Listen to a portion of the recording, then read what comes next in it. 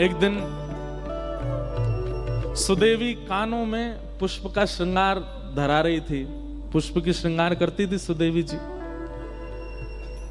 जैसे ही पुष्प श्रृंगार करने लगी, इतने में ठाकुर जी ने वंशी बजाई, और जैसी वंशी बजाई तो किशोरी जी उठ के जाने लगी।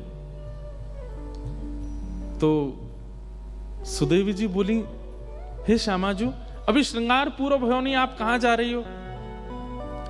किशोरी जी बोली, है तो गयो सब श्रृंगार, मुकुट पहन लियो, गले में धारण कर लिया, हाथन में पम। बोले कर्ण फूल तो धारण करो। तो किशोरी जी बोली, मेरे कर्ण को आभूषण तो श्याम सुंदर की वंशी है, और वाके आगे मैं सब त्याग दूंगी, वाके आगे और कुछ नहीं।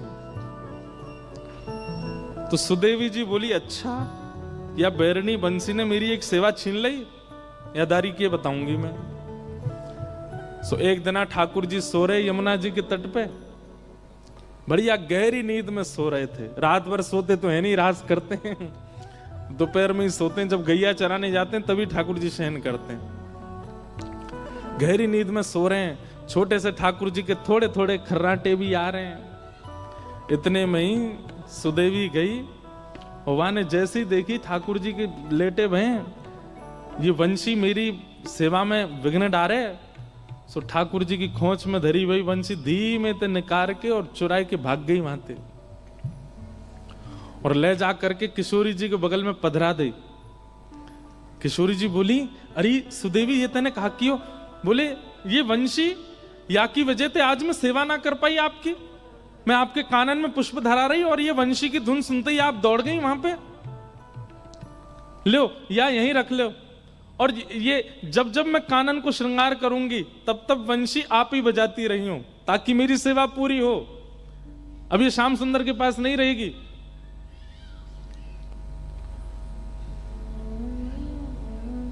इतने में ठाकुर जी की नींद खुल गई, और ठाकुर जी को सबसे ज्यादा प्यारी वंशी है। उठते ही ठाकुर जी ने, सब देखो मेरी बंसी कहां गई, ढूंढने लगे, नहीं मिली। तो ठाकुर जी को तो पता है कि कोई भी चीज मेरी चुरावे की, मैं सबसे बड़ा चोर, मेरी वस्तु चुरावे की सामर्थ्य केवल और केवल ये अष्ट सखीन में, और कोई में नहीं है। तो ठाकुर जी कहीं जाते भी नहीं है और कहीं ढूंढने, सीधे वहीं पहुंचते हैं कुंज में। किशोरी जी बैठी हैं, सुदेवी जी सुंदर श्रृंगार कर रही हैं, ललता विशाखा पंखा जल रही है, आदि आदि सेवा चल रही है। इतने में ठाकुर जी गए, हाथ आग करके बोले, दे दो। नाम नहीं बोला सामग्री का, केवल हाथ आग कह रहे, दे दो। इतने में सुदेवी बोली, हम पे ना है। ठाकुर जी बोले, कहां ना है? बोले, जो तुम मांग रहे हो वही ना है। ठाकुर जी, तुम्हें कैसे पता मैं कहां मांग रहा हूं? बोले, हमें ना पता तुम कहां मांग रहे हो, पर जो भी मांग रहे हो वो हम पे ना है। श्यामाजू, देखो, आप सब लीला करो, सेवा करो, सब आनंद, मेरी वंशी मत ले करो, या मुंह को दे दो, मुंह पता है आपके पास धरी है। इतने में किशोरी जी ने वंशी निकारी। सुदेवी जी बोली, शी जी, आप पे भी मान करनो ना आवे, आप पे भी नेक नेक देर खिलानो ना आवे, नेक में कछु सामग्री लाओ, नेक में दे दें, प्रस्तुत कर दें। नेक भी इन्हें डरा के तो रखा करो, नेक नहीं तो सिर पर चढ़ जाएंगे जी हमारे। वंशी लाके मैंने दी, एक आध दो दिन में धरी रखती, नेक में निकाल के दे दी। ऐसी हमारी भोली सी किशोरी जी। सुदेवी जी बोली, हे श्याम सुंदर, वंशी हमारी श्यामाजू के पास है, और हमारी श्यामाजू जा पे एक बार हाथ धर दें, वो फिर इन्हीं की है जाए। अब जी इन्हीं की है। अब या वंशी को नाद आज तक तुमने कियो, अब तक किशोरी जी करेंगी। ठाकुर जी मुस्कुरा के बोले, जे इन पे बजेगी ना, ये बजा ही ना पाएंगे। इतने में ही सब सखी आई और आंख निकाल करके ठाकुर जी को देखने लगी। हमारी किशोरी जी कोई चीज में निपुण नहीं है, ऐसा है ही ना सके। ये गायन करें तो सरस्वती कान लगा के सुने, ये वीणा बजावे तो वीणाधारी बड़े बड़े गंधर्वजन सामने नतमस्तक है जाएं। अरे गानो बजानो तो बहुत दूर की बात है, हमारी श्री जी जब चले ना, उनके पामन में बंधे हुए नूपुरन के स्वर पे राग रागनी नृत्य करें, और तुम कह रहे हो हमारी श्री जी नेक्सी सी बंसी ना बजा पाएंगी।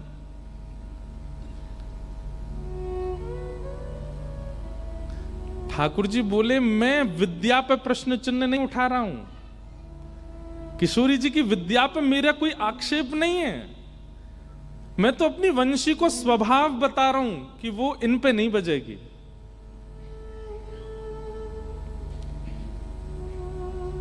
सुदेवी जी बोली, श्यामाजू आप दिखाए दो इन्हें, नेक बजाए दो, वंशी बजाए दो नेक।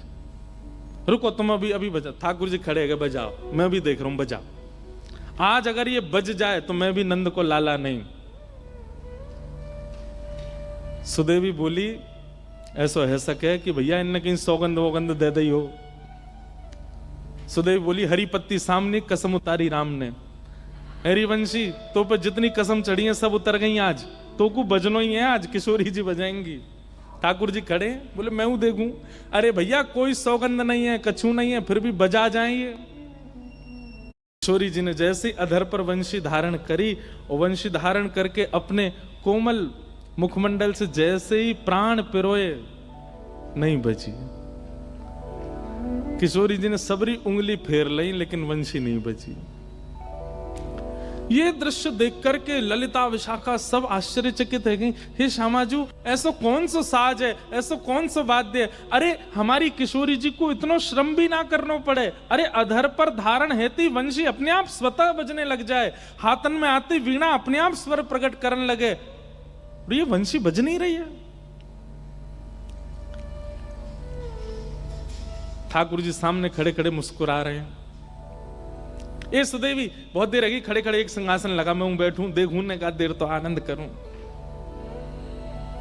ठाकुर जी ने खूब आज आनंद कर रहे हैं, किशोरी जी नहीं बजा पाए। सब ने प्रयास कर लिए लेकिन अंत में ठाकुर जी बोले, अब वापस दे दो, जो वस्तु आपसे बजी नहीं रही है, आपके प्रयोग की नहीं है, वह वो दे दो। अंत में किशोरी जी बोली, सुदेवी देते हो। और सुदेवी जी ले जाकर के वंशी ठाकुर जी को दे। जैसे ठाकुर जी ने अधर पर धारण करी और कोमल उंगलियों से छिद्रों को आच्छादित किया, बज उठी वंशी। आज पहली बार ऐसा हुआ कि वंशी नाद सुन करके गोपियों को, इन सखियों को आनंद नहीं क्रोध आ रहा है। और ललिता विशाखा बोली, पकड़ लो, छीन लो या बांसुरी को और ले करके अपने पामन ते तोड़ दो, चूर चूर कर दो, जमुना जी में बहा दो। अरे अरे बैरणी, अरे तू भी कृष्ण की तरह छली कपटी है गई है, किशोरी जी की सेवा में आई तो बज नहीं रही है और वहां जाके बजन लगी। ठाकुर जी ने हृदय से लगा लियो, मेरी वंशी को दोष मत दो, तो किशोरी जी के हाथ में क्यों नहीं बजी? ठाकुर जी बोले, ये स्वर से ना बजे, ये फूंक से ना बजे, ये तो भाव से बजे। और या को मतलब ये नहीं है कि किशोरी जी में भाव नहीं है, ताली मत बजाइयो भैया, हाथ जोड़ू तुम्हारे। गलत अर्थ मत लगाओ।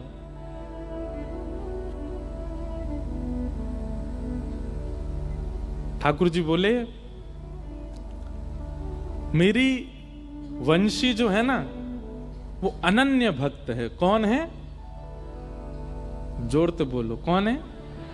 अनन्य भक्त। अनन्य भक्त मतलब न अन्य इति अनन्य, जो एक का होकर के सदा एक का ही रहे उसको अनन्य कहते हैं। और मेरी वंशी अनन्य है। हे श्यामाजू, आप जब वंशी धारण करके बजा रही तो मन में कहा विचार कर रही? बोले मैं तो आपको विचार कर रही। बोले वही तो बात है। और मेरी वंशी मेरी सेविका नहीं, वो तो आपकी आराधना करे, वो तो आपकी सेविका है। जब तक आपका भाव बजाने वाले के चित्त में नहीं आएगा, आपका विरह बजाने वाले के चित्त में नहीं आएगा, आपके प्रति प्रेम बजाने वाले के चित्त में नहीं आएगा, तब तक नहीं बजेगी।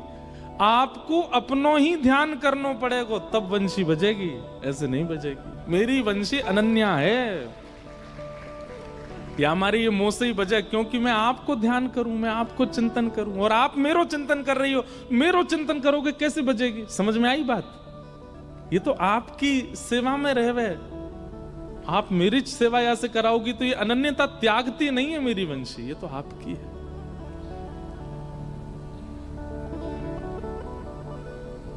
सुदेवी जी को मौत छोटा सा रहेगा, ठाकुर जी अपनी वंशी लेकर के निकल गए। जय जय जय प्रिया सहेली जय जय जय प्रिया अष्ट सहेली एक एक की अष्ट अष्ट आली एक एक की अष्ट अष्ट आली। क्या समझे? किशोरी जी की अष्ट सखियां हैं और इन आठों में एक एक की आठ आठ सखियां और हैं। ललिता जी की अष्ट सखियां और हैं, विशाखा जी की अष्ट सखियां हैं, इंदुलेखा जी की अष्ट सखियां हैं, चित्रा सखी की अष्ट सखियां हैं, सुदेवी जी की अष्ट सखियां हैं। इन सबकी भी आठ आठ सखियां अलग अलग हैं। एक एक की अष्ट अष्ट आली एक एक की अष्ट अष्ट और कैसी हैं? वय सौंदर्य सुहाग सुवेली वय सौंदर्य सुहाग सुवेली। हे वय सौंदर्य सुहाग सुवेली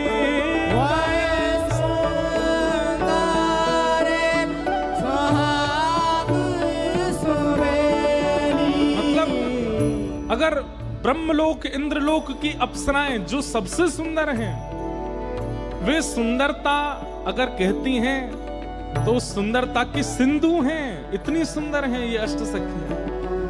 वय सौंदर्य सुहाग सुबेली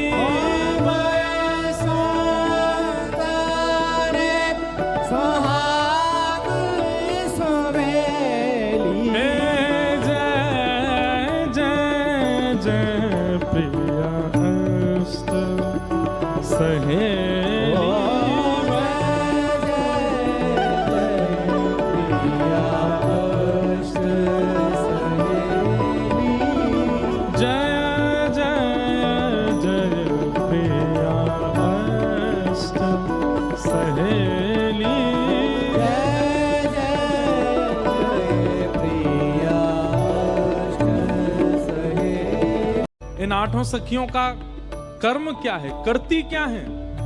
सेवा तत्पर लाल लढ़ेती सेवा तत्पर लाल लढ़ेती। अब इतनी सेवा में तत्परता शायद और कहीं नहीं हो सकती। किशोरी जी का श्रृंगार किया है ठाकुर जी ने। आज पत्रावली ठाकुर जी ने बनाई है, केश ठाकुर जी ने गूंथे हैं। किशोरी जी के नेत्रन में काजल ठाकुर जी ने पधरायो है। और जैसे ही ठाकुर जी किशोरी जी को दर्पण दिखाते हैं, हे श्यामाजू ने देखो कैसी लग रही हो, तो और दिन तो अपना रूप देखती हैं, लेकिन ठाकुर जी ने श्रृंगार किया है इसलिए अपने रूप पर इतनी मोहित हो गई किशोरी जी कि अपने रूप को अपलक नेत्रों से देख रही हैं। और रूप में जो एक एक श्रृंगार है ना, उसको इतने ध्यान से देख रही हैं। ये जो काजल हैं, ये श्याम सुंदर ने अपने हाथन से लगाए हैं। ये जो मुख पे लालिमा है, ये श्याम सुंदर ने पधराई है। ये केश श्याम सुंदर ने गूंथे हैं। ये कानन में कर्णफूल श्याम सुंदर तोड़ करके लाके लगाए हैं। इतनी आतुर है गई कि आज पूरा दिन व्यतीत है गया अपने मुख को देखते देखते। तो दर्पण में जो स्वरूप था, उस स्वरूप से रहा नहीं गया। किशोरी जी कहने लगी, हे ललिते तुम कितनी सुंदर हो। इतने में ही दर्पण का किशोरी जी का प्रतिबिंब ही प्रकट हो गया और श्री ललिता जी के रूप में व्यवस्थित हो गया। श्री ललिता जी के रूप में वो आ गया। श्री ललिता जी अब सोचो,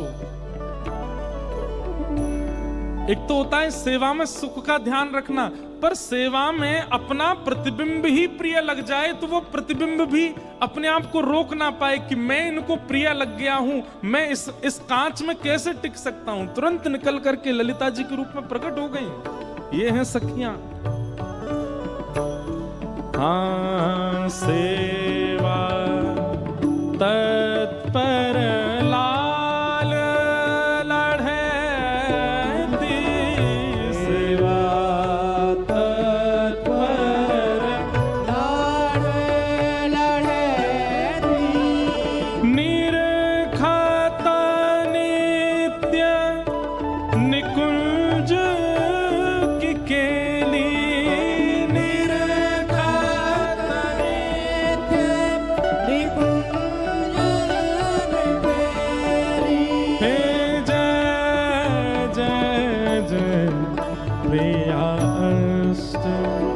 सहेली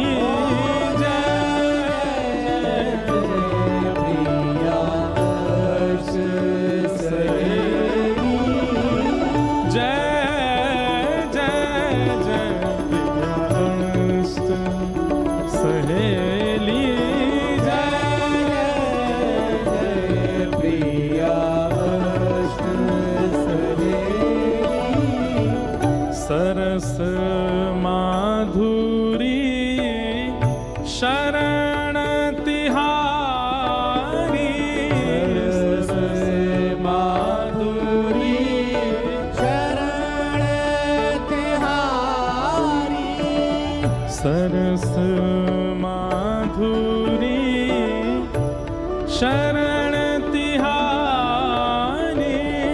सरस माधुरी शरण तिहारी, देव जुगल पद रतिया